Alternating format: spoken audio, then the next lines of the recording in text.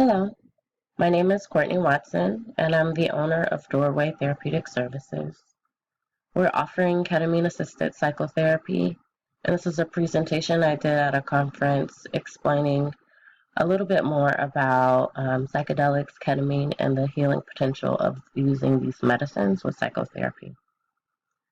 I'm presenting this from Ohlone Chochenyo Land, also known as Oakland, California. And this is a basic one-on-one presentation. So what are psychedelics and what did colonization do this time?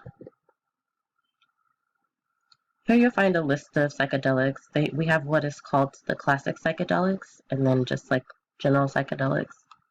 The classic psychedelics are mescaline, psilocybin, LSD, and DMT.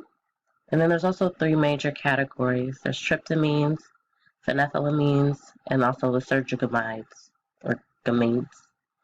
And so you'll see the P, T, or L to indicate which category these psychedelics fall in. With mescaline, there's names commonly known as peyote, wachuma, other cacti, and then anything from this bean family. And there's an asterisk by peyote because it is sacred medicine to indigenous groups. These groups are not allowed to use peyote. It was illegal for a very long time due to colonization, and it's also an extremely over-harvested medicine right now. And so even though we're listing peyote, I personally do not condone the use for anyone to use peyote outside of like indigenous communities to honor the fact that this was medicine that was taken from them, and also that now they're facing extinction with this medicine for them. Another one is psilocybin, which we all know is magic mushrooms, and that falls in the tryptamines category. There's LSD, also known as acid. It's made in a lab and from lysergic acid, which can also be found in ergot fungus and various plants and seeds containing lysergic acid. And then we have DMT. So you might have heard of 5-MeO-DMT. DMT is found in ayahuasca. It's found in mimosa. It's found in a variety of plants and animals, and that's a tryptamine as well. For the general other psychedelics, cannabis, we all know what that is. Ketamine was also lab created. It's derived from the organic basis of ketamine. It's from ammonia, and that's from plants or animals, or decaying plants and animals. And then MDMA is also, it's similar to ecstasy, although not the same, and then it's either derived from mistletoe or sassafras, and this is also lab created, and that's a phenethylamine. So I think it's really important when we're looking at psychedelics that we really take into consideration the history and also like the full entire world of entheogens. So entheogens is another name for psychedelics. It's another name for plant medicines, and it means that this is like a plant that has the ability to connect you to the divine. In Africa, some of the entheogens that we have found in that part of the world are iboga, khat, blue lotus, mushrooms, and there's also various plants used in African traditional religions and initiations and mystery schools. A lot of indigenous religious practices have use of entheogenic plants as well as other plants. And so it's kind of hidden in secret because of colonization. A lot of these religious practices were forced underground. In South America, we have ayahuasca, bufo, coca, mushrooms, cacao, wachuma, tobacco. In northern parts of America, we have peyote, mushrooms, datura, tobacco. And again, this list is not exhaustive, just a glimpse of some of the various entheogenic plants that are available around the world. In Asia, we have charas or hashish, mushrooms, cannabis, datura, Syrian rue. In Oceania, we have kava, mushrooms, patchouli, various plants that have been secretly guarded, especially when we think about like Aboriginal communities in Australia. There's a lot of things that, again, because of colonization, like indigenous communities had to hold closely and hold underground, or else it might be destroyed. And then in Europe, we have mushrooms, cannabis, cakion, and ethylene gas. So in Africa, the entheogenic plants are part of initiatory rites. Again, in Europe, the growth of Roman Christianity also saw the end of a 2,000-year-old tradition of the Eleusinian mysteries. And the initiation ceremony for the cult of Demeter and Persephone also used the drug known as cakion. And Oceana Pachuri is said to have a similar effect to coca. It's made from the bark of a shrub. So, like, plant medicines and entheogens and psychedelics are not new. They're not something that were recently discovered. They've been here for thousands of years, and they've been all around the world. So when we're talking about plant medicines, I really think it's important that we look at the stages of colonization. There's a scholar named Lenui in 2000 who talked about the 5 stages of colonization and decolonization. And when we're looking at what's happening in the mainstream psychedelic community right now, we can really see these last 3 stages of colonization, how they're present. So the 3rd stage of colonization is denigration, and that is where you belittle and insult traditional indigenous practices. Indigenous religious practices are deemed as demonic and witchcraft, and leaders are tortured and murdered. And so again, when we're talking about peyote was deemed illegal by colonizers, and that's part of the denigration of traditional practices. The 4th stage of colonization is tokenism, where remnants of the culture are given surface accommodation. There's some sort of display of colonial leniency, like, oh, we let you still have this thing, and they're also deemed as folkloric. Even though a lot of these practices and quote-unquote remnants of the culture are actually the survival pieces of the culture, what was able to be held closely and kept and survived a lot of the denigration and the destruction that happened in the earlier stages of colonization. And then the last stage of colonization is exploitation, and that's where practices that refuse to die are transformed into the colonizer's culture, mainstreams, trends, and it's also used as a means of economic exploitation. And so when we look at the psychedelic mainstream renaissance that folks are saying is occurring right now, we can see how these stages of colonization play out. Indigenous medicine practices with psychedelics were demonized and made illegal under denigration. Tokenism, the idea that medicine folks are shamans, even though shaman is a term for one specific indigenous group's medicine people, like just kind of blanketing this idea of like a shaman and indigenous medicine is referred to in the past tense instead of the present, as if it doesn't exist. And then it's also considered a substandard compared to Euro-American medicine. So when we think about like medicine in the West versus like maybe some indigenous practices in the Americas or in Africa or even in Asia, you know, like Chinese medicine is more legitimized than other medicines, but the idea that Euro-American medicine is actually better, or compared to these other practices and the way that they can be tokenized. And then also the psychedelic renaissance and the tens of thousands of dollars for shamanic retreats, all of that is exploitation. And these show the final 3 stages of colonization and psychedelics. So I think it's really important that if we're going to talk about psychedelics, we talk about history as well, and specifically the war on BIPOC folks, also known as the war on drugs. So in 1909, we see the first act, the first federal law to ban the non-medical use of a substance. And this was targeting Chinese cultural habit of smoking opium. So the Smoking Opium Exclusion Act was instituted. It banned possession, use of smoking opium, and again, the target was the Chinese. The Harrison Narcotic Act in 1914 was a licensing law that was prosecuted as a prohibition law. Drug use specifically linked to Black folks, Mexican and Chinese immigrants, and the newspapers reported that drugs encouraged users to rebel against white people in authority. And then again, the targets were Black folks, Chinese, and Mexican folks. The licensing law regulated opium, heroin, morphine, and cocaine. And then in 1919, we have the ratification of the 18th Amendment, which says the manufacture, transportation, and sale of intoxicating liquors is banned. This was officially the beginning of the prohibition area.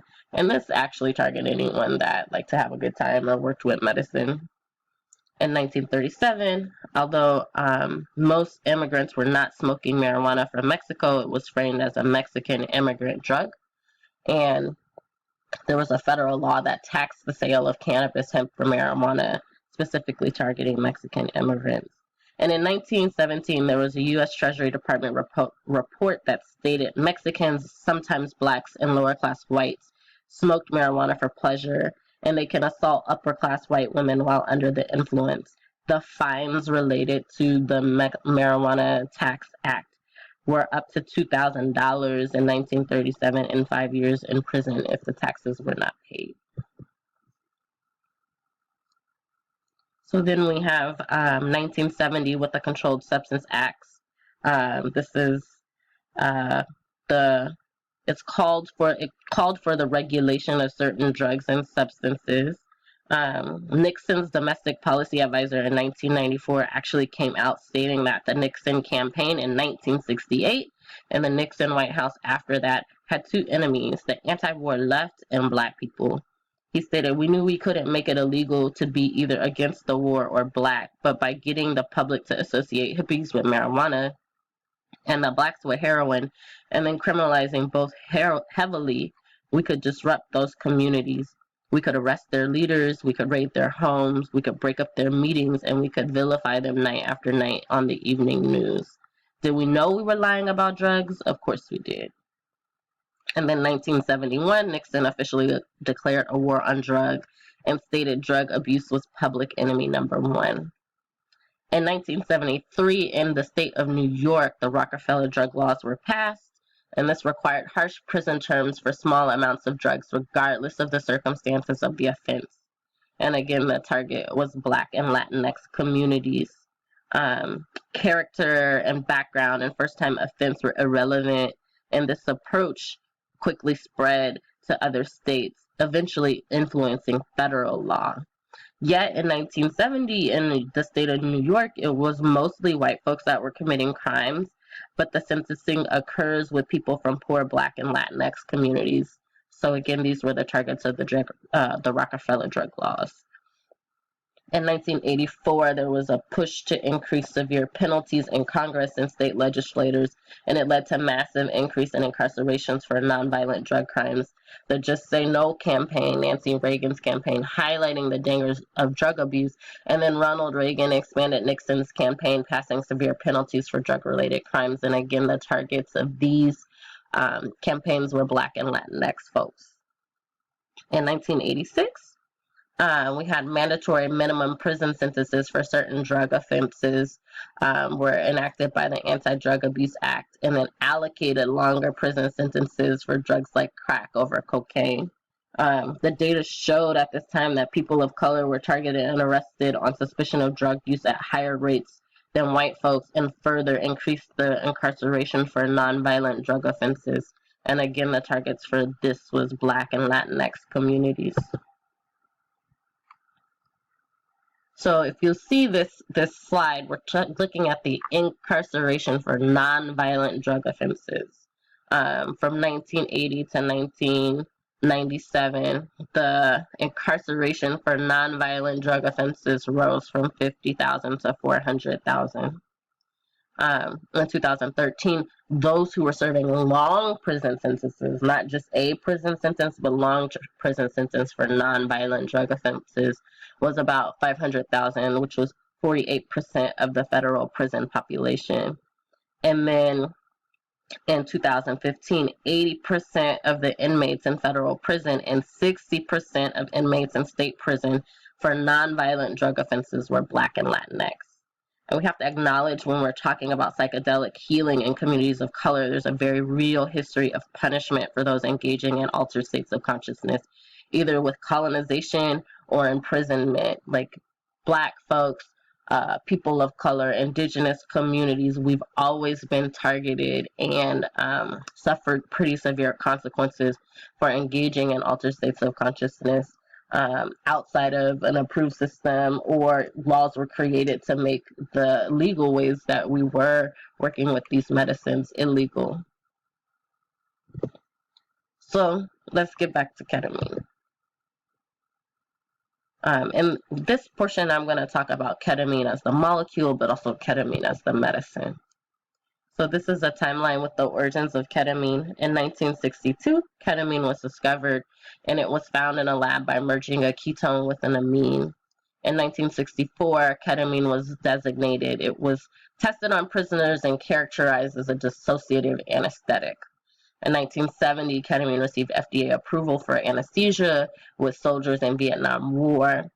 In 1974, due to the addictive and psychedelic effects, specifically what was found among those Vietnam war vets, it was scheduled as a class 3 drug. In 1985, because of the medicinal properties of ketamine, it was listed as an essential medicine by the World Health Organization. And then in 2000, the first double-blind research study was done to look at ketamine with depression.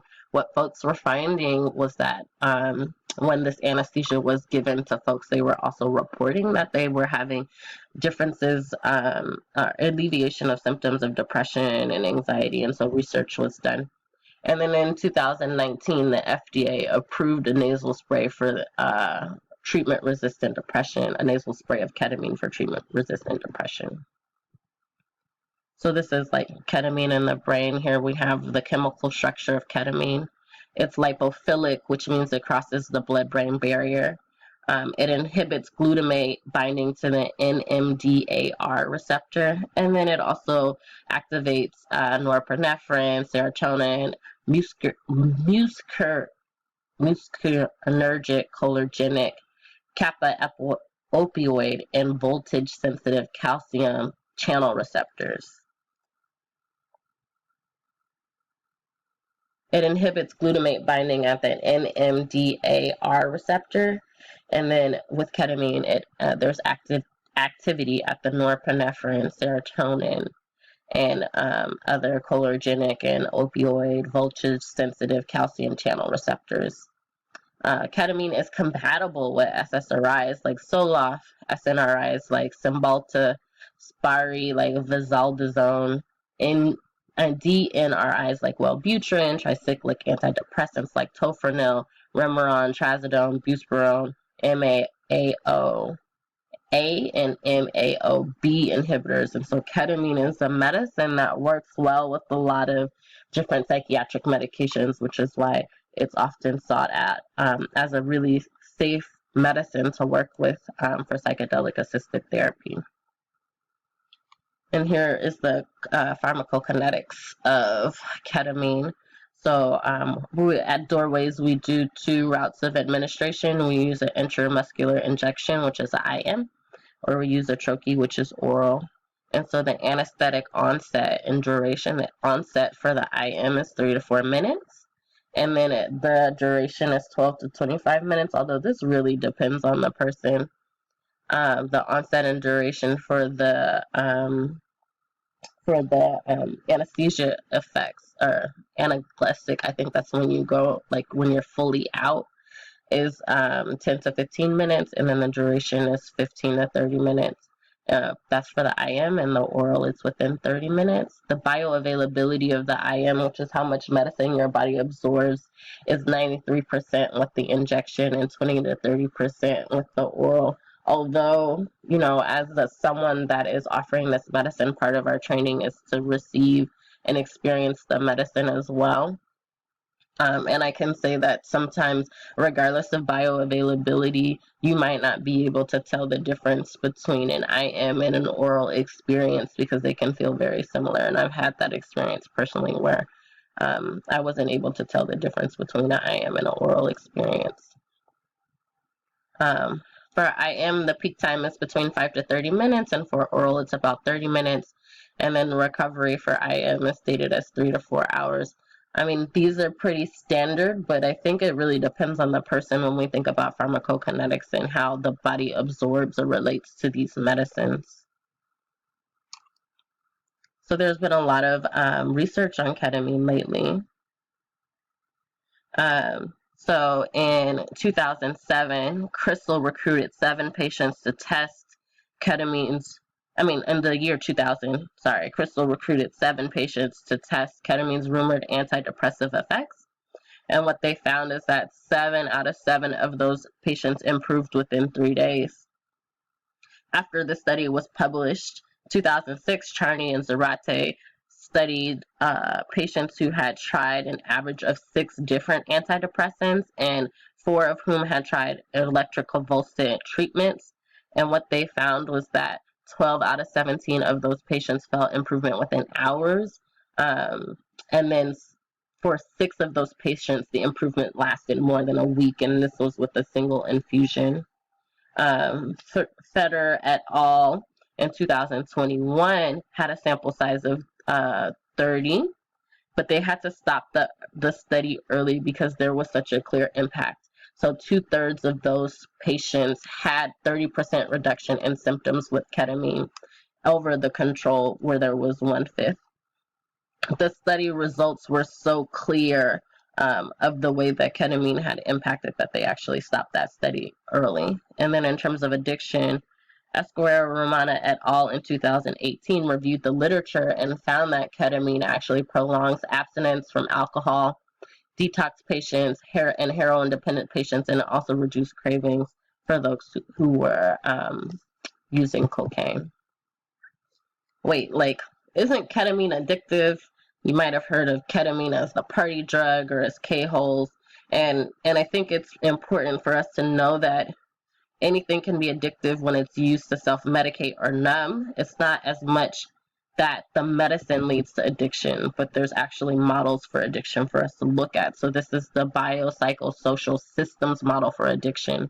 And it says at all these different levels, these different things can impact someone's addicted, whether someone becomes addicted to a drug or not. So there's racism at the systemic level, drug laws, drug policy at the social level. There's family relationships, norms around drugs, what happens with your peers. At the psychological level, you can look at self-esteem and coping skills and social skills. At the biological level, you have physical health, genetic vulnerabilities, concurrent mental illness, and then you have the actual molecule and the medicine. We've actually found that current theories for ketamine's process is that it disrupts addiction, and the way that it does that is through the enhancement of neuroplasticity and neurogenesis, the disruption of relevant functional neural networks, treating depressive symptoms, blocking reconsolidation of drug-related memories, provoking mystical experiences, and actually enhancing the psychological therapy efficacy. So that's a lot about ketamine as a molecule, as a quote-unquote medicine or drug. But there's also a little bit more, especially the way that we work at Doorways, like when you start working with medicines that can help heal in this particular way through altered states of consciousness, you find that there's a spirit of the medicine. So I just wanted to share about my relationship with the spirit of ketamine. I find that in a lot of reports of colleagues or other folks that have taken, like, there's this experience of like bright neon colors and just like this lightness and this for me, my experience was like fun, but not like fun like party, just be free, you know? And so actually the color scheme of this slideshow was inspired by the spirit of ketamine. And in one of my last journeys for our training with this work, I saw ketamine as this highway. And she was in a space with me, and she just showed me, like, she was playing her role as a synthetic psychedelic to pave the way for us to regain access to plant medicines.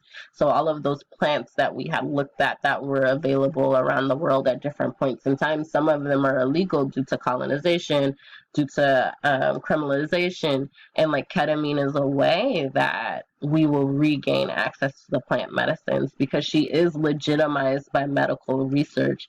And at the same time, she has the ability to show us the power of altered states of consciousness for healing. So ketamine is a highway that other medicines will ride on. And when I in this experience, I saw a freeway and then I saw all these plants and vines that were coming down. And it was like on the back of this work that we're doing with psychedelic assisted therapy with ketamine, so many other plants and medicines will be coming up. So let's actually start talking about ketamine assisted psychotherapy, also known as CAP. So there tends to be particular routes that we go when we work with these medicines. We have preparation sessions, which are 1 hour sessions. We set intentions, we prepare the client for the experience, we gather background information on the client's mental health, any goals that they might have for this work, and they answer questions, and we answer their questions. The medicine session is an 1.5 to 4 hour session, depending on the route of administration, whether it's an intramuscular injection, intravenous, which we don't do, or oral, which we do. And this is non-directive. This is non-directive therapeutic care. So the therapist is not necessarily asking questions or asking the client to go deeper with certain themes in this moment. We're just there to really support and hold the space as the client experiences what they experience with the medicine. Of course, we can answer questions if need be, but that's not normally what comes up during this time period. And then we have 1 hour integration sessions, and this is where you make the meaning of what happened. So this is where the therapist will dig into the content that came up with the medicine session, and we'll look at how that relates to the client's healing intentions and therapeutic goals that were established before. So when we're doing a process or moving through a round of treatment, it's usually 3 prep sessions, 1 medicine session, 2 integration sessions, another medicine session, 3 integration sessions, and completion. So this pink box can be repeated in terms of the number of integration sessions and medicine sessions. And also there can be more prep sessions if needed. There can be less or more medicine sessions. There can be more integration sessions. And folks tend to think that it's actually the medicine sessions where all of the healing happens, but it's usually more in the integration sessions where we look at what came up and how that applies to the goals that the client has. So more integration sessions instead of more medicine sessions is usually what's ideal for the healing. And so all of this in the Bay Area tends to cost a range from $4,000 to $6,000 is the average cost of treatment for this basic structure. There's ways to make this more cost effective. So like you can do groups, which we do at Doorways, offer insurance reimbursement, and we have a full comprehensive guide to help kind of walk clients through how they can get reimbursed for different parts of this treatment process. Medicine sessions are really unlikely to be reimbursed, but we still provide suggestions on how clients might be able to get reimbursement for those sessions. But also prep and integration sessions, those can be reimbursed as like more typical therapy sessions. So there are some problems with mainstream ketamine assisted psychotherapy. It's predominantly like white. In terms of the above ground, what we're looking at is predominantly white, cishet providers that are doing this work. It's really expensive, as we saw. There's this way that like the spirit of the medicine that I talked about can really be absent. It can be really sterile and medicalized. And then the QT BIPOC folks tend to be a racist client populations who could benefit from the services. And so when you're training, you're not necessarily training to know how to work with queer communities or with communities of color or communities of folks that are gender diverse. You're really training to address like white, cishet, middle class to upper middle class folks. And some of that sterilization in terms of the absence of like movement or dance or even looking at the music really reflects that reality. And this is what we at Doorway seek to really shift. This field needs queering. It needs to understand that if you have 2 therapists in a room, one being a cis male and one being a cis female is not the ideal situation for everyone. And it's really a heteronormative way of trying to replicate the nuclear family that is not the reality for queer communities. Um, and also like this absence of the understanding that there can be folks that are non-binary or trans that are in the space and not just holding this masculine or feminine energy and trying to balance that out in terms of the providers that are there, which is typically found in other in a lot of the literature. It's also really important that this field be BIPOC led, not just inclusion but led, because I feel like BIPOC folks have a unique perspective. For some of us, we have closer connections to the plant medicines of like our religious practices in terms of indigenous community or even African traditional religions. And bringing that aspect in, like these plant medicines and these protocols that we're using were derived from indigenous communities and indigenous ways of working with the medicine. And so if we really allow the pieces that fell away as it became medicalized and mainstreamed and really sterile, if we bring that back in, like what does that look like for the whole healing, specifically for communities of color? It's really important to acknowledge the spirit of this medicine. Like when you go into altered states of consciousness, you can move into a spirit world depending on what the medicine is.